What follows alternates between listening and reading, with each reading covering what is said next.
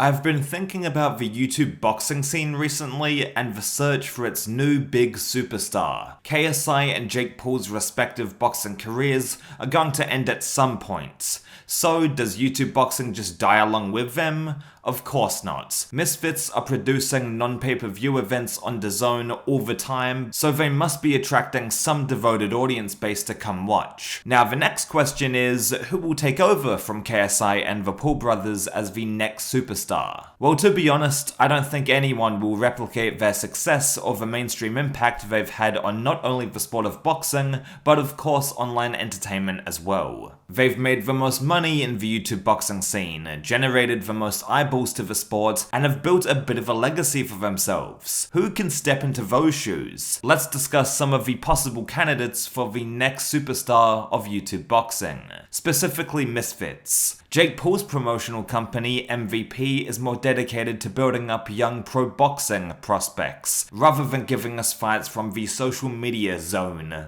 Sphere. God, that sounded amazing. So with that in mind, I'll be talking about Misfits boxing as they actually focus on YouTube boxing. That's their bread and butter, and for a while now it seems, they've been trying to build up a couple of stars who will hopefully sell pay-per-views for Misfits down the line. Salt, Poppy and Slim to be exact.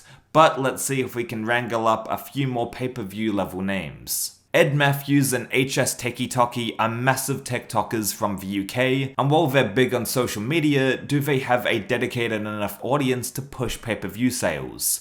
I don't think so. They generate good numbers, don't get me wrong, but it takes a lot more than viral TikToks to turn a chunk of your fan base into ticket sales. You really have to be a next level creator like a KSI, Mr. Beast or Critical. I also think it's due to the way people consume videos on newer platforms like Instagram and TikTok. Instagram Reels and TikTok videos are like 30 seconds long. They're meant to be watched once and then you flick your finger onto the next one. Sure, you can get views and followers quickly, but I imagine it's harder to establish a real connection with a viewer and build a homegrown audience compared to YouTube or Twitch. So with that being said, I don't know if any TikTokers or Instagram influencers are really going to translate viewers into pay-per-view sales, except for people who have crossed over into the mainstream already, like a Bryce Hall for example. In interviews that I've seen at least, Ed Matthews and HSTikkyTokky sound like they share a brain cell and aren't good talkers whatsoever. Now, I'm not trying to call them stupid, but they don't have the charisma to carry a Misfit show. Having said that, they're multi-millionaires, and I have to work 2 jobs to support myself, so what the fuck do I know? It's just ironic that UFC fighters who have been taking punishment to the head for 20 plus years can come across better on camera than 2 influencers who have literally recorded their entire adult life and put it up online. I don't believe you have to be this slick-talking, smooth operator to sell pay-per-views, but I just can't see them being the new Misfits megastars like the promotion hopes for. Another influencer from the UK, Danny Aarons, is making his Misfits debut in July it sounds like. Now I'm very much a dinosaur when it comes to today's UK social media landscape. I'm like the Bob Arum of YouTube basically, but I consulted my friend who's way more entrenched in UK YouTube than I will ever be, and he said that Danny Aarons along with Angry Ginge are the top 2 FIFA channels at the moment. The latter has made no plans to fight on Misfits, so I won't be talking about him, but Danny Aarons seems like a funny content creator who has a dedicated fan base. I mean, the FIFA/football community appears to be rather tribalistic and has a ride or die attitude when it comes to their club or their favorite content creator. So I believe that Danny Aarons could potentially sell pay-per-views and tickets. Again, I'm a little out of my depth when it comes to talking about these newer creators, so forgive me if I'm a touch ignorant. One of the most underrated guys in the YouTube boxing scene is Ben the Bane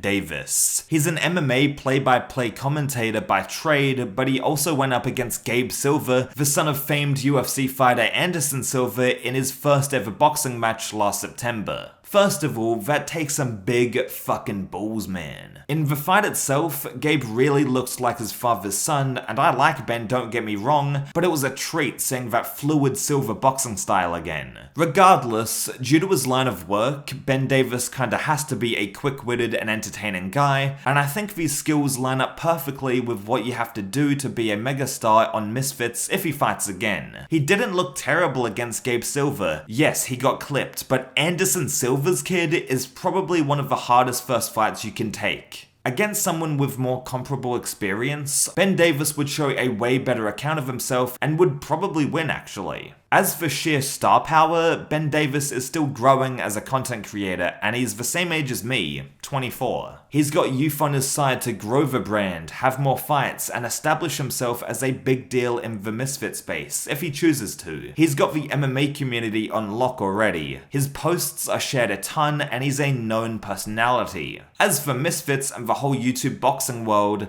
I think he has massive potential, but as to whether or not he capitalizes on it remains to be seen. Excluding Ben Davis, I've been mentioning influences from the UK for the most part, and that's because Misfits is basically a UK-based product. They've tried to branch out by having shows in America, and while I'm not a DAZN employee or know anything at all in regards to setting up boxing events, it seems like there's so many other untapped markets that could push YouTube boxing to another level. Misfits, Mams, KSI, what the fuck are you doing by not having a pay-per-view Brazil card with Gabe and Anderson Silva as the headliner and co-main events? I hope that they have one this year and really push the boat out. Anderson Silva, Gabe Silva, Jolly Poker, Whindersson Nunes, FaZe Temper, all on one event. I mean, as we know from the Kingpin quarterfinals, Whindersson will sell out the arena basically by himself, and so fucking quickly, mind you, and he's just one of the fighters on this potential card. As for Gabe, I really like this guy's demeanor. He's a cool customer, speaks well, and has a chill tone like his dad. Also, his boxing skills are unmatched, on Misfits at least. Mams, invest in Gabe Silva. Joey Knight is another underrated fighter with a steadily growing boxing channel and Misfits highlight reel to boot. One thing that I appreciate about Joey is that he never stopped uploading to his channels after he got immersed into this YouTube boxing thing. When some of these influencers start training and getting fights, they also ditch the entire reason they were put on a Misfits card in the first place: creating content. Or they do make videos, but it's all boxing related and their established fan base isn't interested. Ironic coming from me, I know. Joey Knight kept pumping out videos, and not just about how training is going or any shit like that, but just about the topics that his subscribers came to expect from him. I love this approach, and the passion for boxing and football shines through in his content. Also, the True Geordie collaboration is fantastic. True Geordie, in my opinion, is the best combat sports creator on the platform. Bar none. The production value, insight on the topics, and actual personality are all quality, and I think he's got a solid round table of creators at the moment. Lawrence Uswecki, the Undefeated Podcast guys, and Joey Knight come with their own approach to analysing the sport of boxing, and they gel very well together. Not to get on a tangent, but go subscribe to Lawrence Uswecki. This dude has boxed for Team GB, has a solid pro record, and his knowledge about the sport when he's on True Geordie or Joey Knight's channel is brilliant. Like Gabe Silva, Lawrence is really chilled out, cool, and I don't know man, I really fucking like the way that this guy carries himself. Back to Joey, I feel like he's another Misfits fighter with a ton of potential, and he's also willing to beef with other influencers, and give them criticism to then set up more rivalry-fueled Misfits bouts. The frontrunner for the next Misfits megastar, besides Danny Aarons, is none other than Joe Weller in my opinion. Along with KSI, Joe Weller was a pioneer of English YouTube,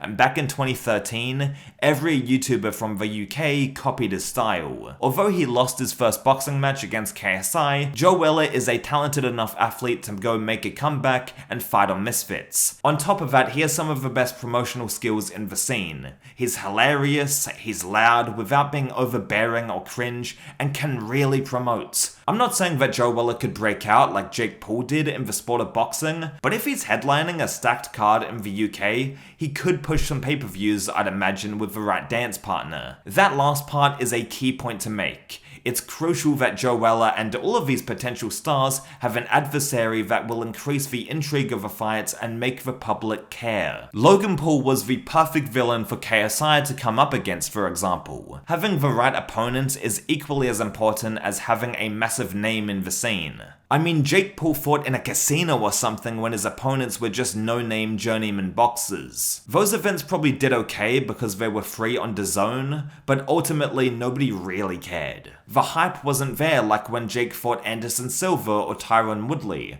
opponents that could match him skill for skill and were actual steps up in competition at the time. I'd argue good matchmaking is everything and needs to be focused on more than getting an influencer with a bajillion followers to fight on Misfits.